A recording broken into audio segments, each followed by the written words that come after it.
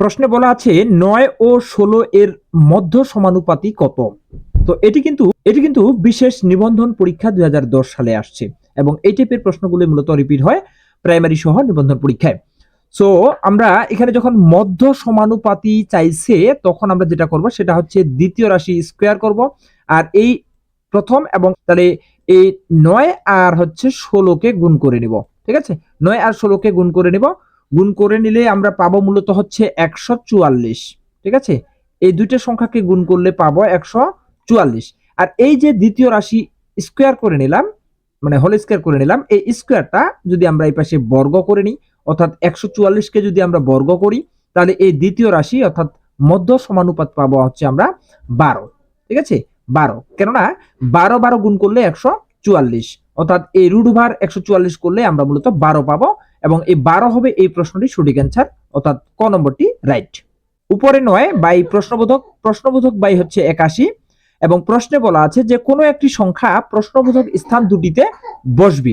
ঠিক আছে, তো এই ক্ষেত্রেও কিন্তু আমরা এই যে এখানে প্রশ্নবোধক এবং এইখানে প্রশ্নবোধক এই দুইটাকে আমরা ধরে নিতে পারি মধ্যক।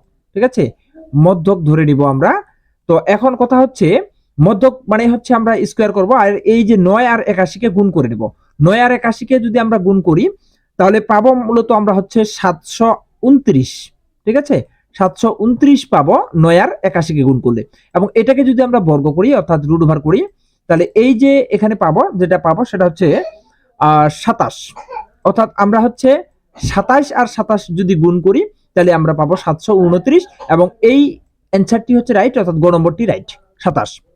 3 নম্বর প্রশ্ন বলছে যে একটি ক্রমিক সমানুপাত প্রথম ও তৃতীয় রাশি যথাক্রমে, অর্থাৎ প্রথমটি হচ্ছে 4 এবং তৃতীয়টি হচ্ছে 16 হলে মধ্য সমানুপাত কত।